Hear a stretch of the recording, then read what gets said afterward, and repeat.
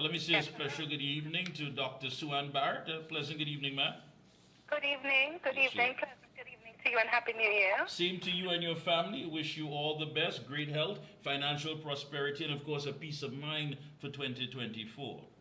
Yes, thank you very much. Although it started off a little bit unpeaceful. Yes, and that's exactly what I wanted the focus to be on. Unfortunately, again, it's a pleasure speaking with you, but again, when you look at the conversations that we're having, we ask ourselves, why are we finding ourselves in this situation again? What transpired, of course, earlier this week, husband taking the life of the wife and, of course, the mother-in-law. The question has to be asked, and I don't want to dive deep into it because the investigation continues, but the mere fact that there was a protection order, based on eyewitness reports, there were threats that were made publicly, intimidating tactics showing up at the home and what have you. And I need to ask the question, because some people want to know, well, if this order was in place, why was this still being done? Does the system fail our women? I'll answer you in two ways. First of all, globally, statistically, protection orders sometimes result in escalation of violence, often actually, because it is seen as, an affront and it triggers further violence. Does the system fail our women? Not entirely. I think there are gaps that need to be addressed in the sense of, okay, we have had a very practical system. You have a situation, you make a report, you get a protection order, and you do essentially what is a strategic response to a violent situation. But we need to then expand our scope and have a real whole systems evaluation, bring in our psychologists, bring in those who can evaluate what is the effect of a protection order. We have enough evidence to show what is the possible effect, and we've seen the effect situations like these. This is not the first time it has happened, where it escalates to the point and it ends in death, in femicide, right? And in this case, 2 members of a family are gone, children are left homeless. So I will not say that the system fails our women, because that's too generalized a statement. I would say that there are gap areas that we need to address in the system that we have applied and what we are not attending to, the complications of the system. Yeah, but again, I understand where you're coming from, and I guess it has to be expanded, because immediately when these signals go up, these red flags go up, you're right. There has to be something to say, listen, we need to sit with you. We need to talk with you. It cannot be business as usual. I mean, you can't simply just report to work. We need to know what's going on in your mind, just how you feel, what could be your next state. But these things don't happen. And again, it brings us right back to this culture of ownership of a woman. If I can't have you, no one can. Even if I have to take your life, I would rather see you dead than the fact that you're not sharing your life with me. We haven't crossed that stage. Even having that support system where someone would have that conversation with you and say, listen, hey, this is not funny. Infidelity is not funny. What we say locally as horn is not funny. We need to let you understand that you need to get help. But we still haven't reached there yet. Why? In 2024, we have not yet dealt with the discomfort of the romantic and the sexual. So all that you've said, entitlement and ownership and possessiveness that happens within relationships, it happens, by all members in a relationship, but it tends to happen quite a lot by the male partner based on how we have constructed masculinity. But guess what happens? When things go well, it's romantic, it's exciting, it's passionate, and we tell that story to ourselves. It's part of our narratives of love and fantasy. But we have to start to disrupt that. So that's one that I would say. Now, I don't know the reason for the conflict in this particular case, so I don't want to speculate too much, because we don't know, what happened, why it happened. We need to find out more. But in terms of the system, which is why we're talking again, and the last time we spoke, we said we hope we don't have to talk too soon again, but it is soon. I think when we have police reports filed, we don't have the resources to provide somebody with a bodyguard and surveillance and all of that, right? We know we don't have that. But if we can have interventions for both parties to say, look, this situation is escalating in your life.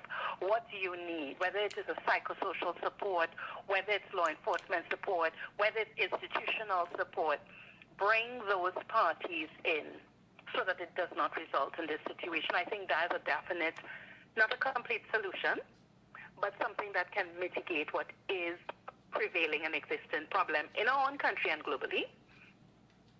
And then we need to stop telling ourselves that true romance and true love and true fantasy is about ownership. Until we start to tell a different story, then we will keep confronting this problem. Yeah, but Dr. Baratt, these signals and these red flags don't go up automatically. Understand that.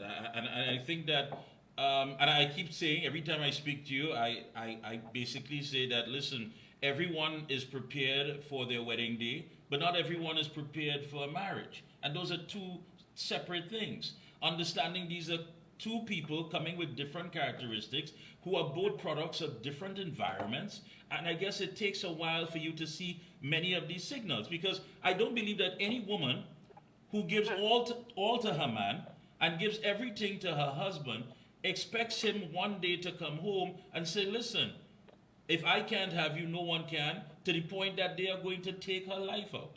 No one.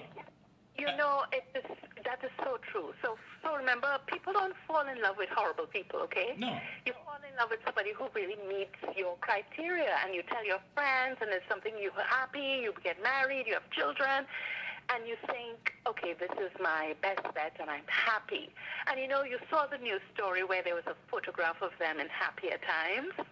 And if we just look at the faces in that photograph, there's nothing that gives any kind of indication that this would have been the outcome. But I think what happens is, as you write, the old people used to say, see me and come live with me is two different things. And this is why people need that kind of support and kind of almost training to live with somebody who you didn't grow up with. And even then, families need training. But what I would say is, red flags emerge, and sometimes we doubt if they are red flags. Or red flags do not emerge until we are comfortable and secure and attached. People don't show themselves. And so, sometimes people figure there's a preventative route. It's very, very hard. Someone might know it. There was a TikTok. I cannot remember the name of the content creator, but it's so timely. It's not from Trinidad and Tobago. And these women of color from the global north making a point and said, women have an experience with men that other men do not witness. And that is something that I think we need to consider in our own space, in the sense that you might be hanging out with a couple and you see the guy and he looks great and it's wonderful. But in the private, after attachment has taken place, you see a personality that many do not see. So I wish I could tell you that there was a resolve or resolution, but I'm at my wit's end because I don't know what the solution is beyond a complete overhaul of how we construct our lives and relationships.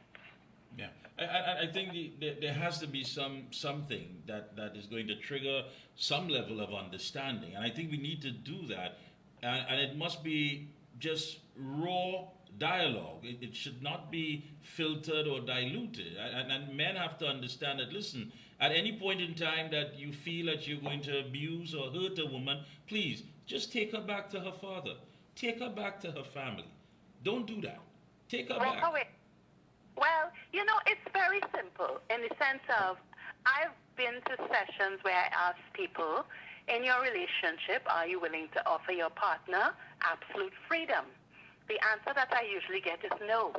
But the truth is, that is the place you want to come from. I have the privilege of this person's company, time, life journey, and so forth. I do not own or nor am I entitled to them.